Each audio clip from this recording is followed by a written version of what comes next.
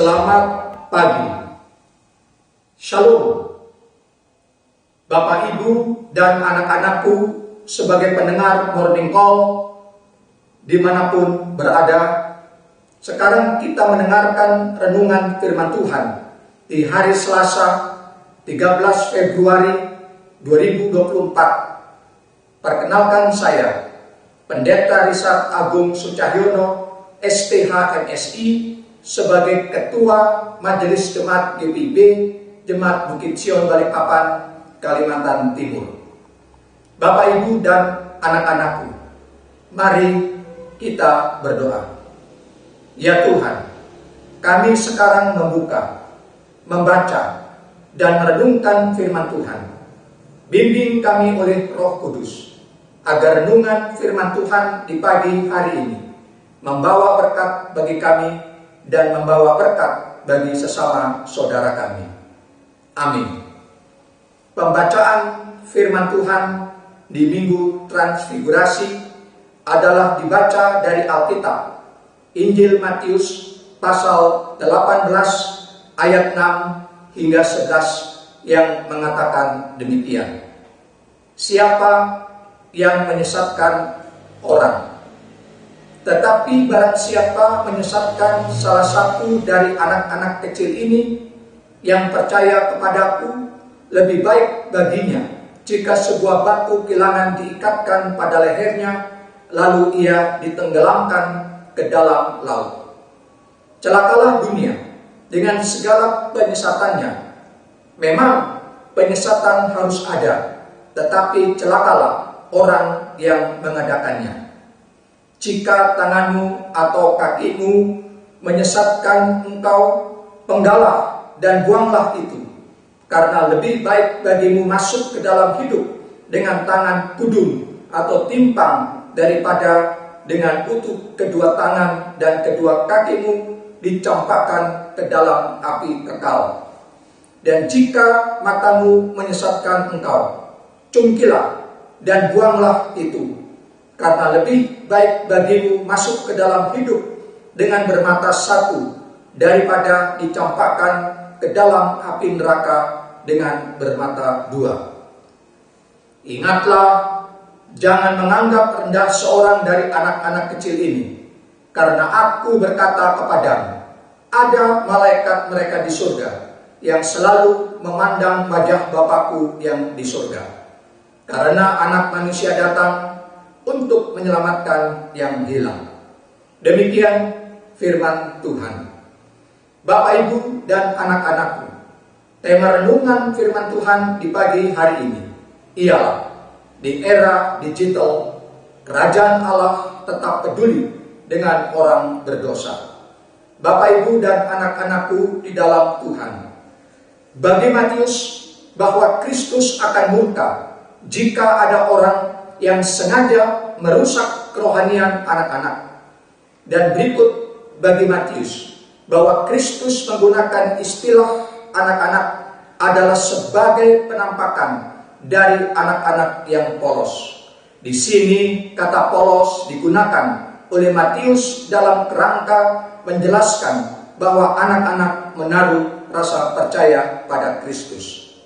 Sekarang khususnya bagi para orang tua atau tua-tua perlu memperhatikan keinginan Kristus. Ialah Kristus ingin para orang tua atau tua-tua mengajar atau mendidik anak-anak agar dalam pertumbuhan masa depan anak-anak selalu memiliki rasa percaya pada Kristus dan anak-anak selalu merasa berada di dalam jalan Allah, yakni firman-Nya.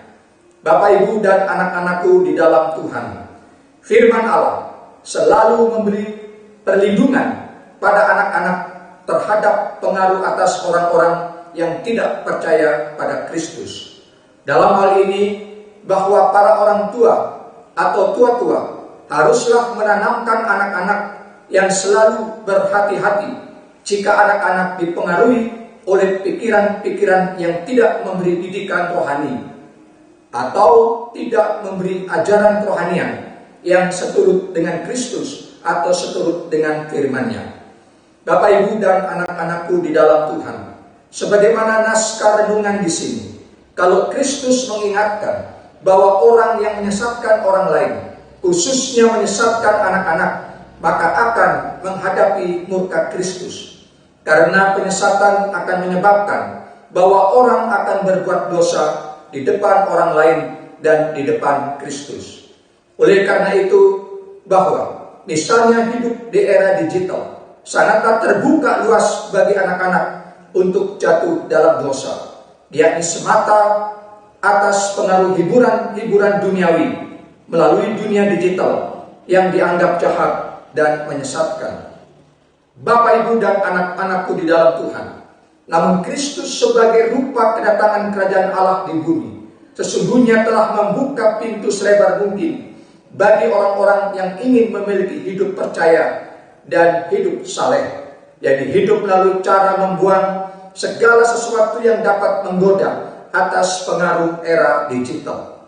Di era digital seperti saat ini, hendaknya dunia digital digunakan sebaik mungkin untuk menghadirkan berita-berita tentang kerajaan Allah ke dalam kehidupan, seperti kebahagiaan keluarga, kebahagiaan rumah tangga, kebahagiaan umat gereja, kebahagiaan masyarakat bangsa, dan kebahagiaan diri sendiri.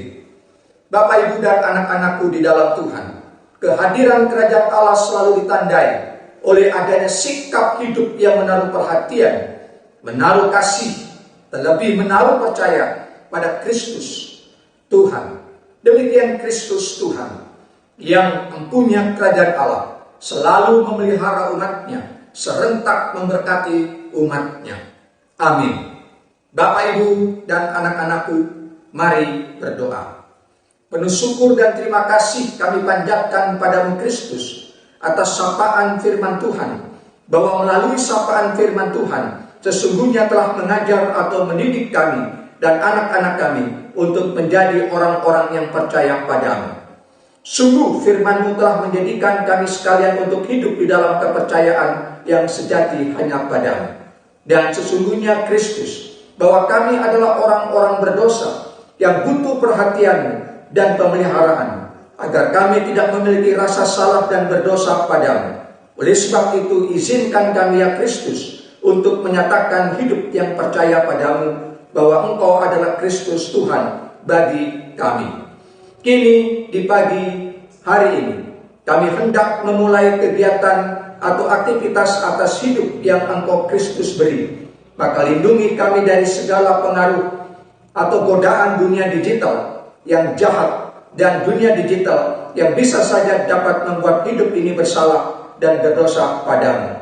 Untuk itu berilah pada kami ketenangan diri untuk senantiasa memberitakan tentang kerajaan Allah yang sudah datang di bumi, adalah semata untuk memberi kebahagiaan hidup atau sukacita hidup pada kami sebagai umat-Mu. Kami mohon perlindungan bagi gereja-Mu, dan mohon perlindungan bagi gereja Protestan di Indonesia bagian Barat, dimanapun gereja-Mu ini berada. Dan kami mohon perlindungan bagi setiap keluarga Kristiani kami, serta kami mohon perlindungan bagi masyarakat bangsa Indonesia dengan berkat-berkat-Mu, sehingga kami boleh menyukseskan pemilihan umum tahun 2024, yakni tepatnya pada esok hari, sebagai penentu untuk meneruskan kehidupan yang memasuki masa depan yang lebih baik daripada masa lalu. Di dalam nama Kristus Tuhan kami mohon pengampunan atas salah dan dosa, dan kami bersyukur serta kami berdoa hanya padamu. Amin. Bapak, Ibu, dan anak-anakku, sekian dan terima kasih.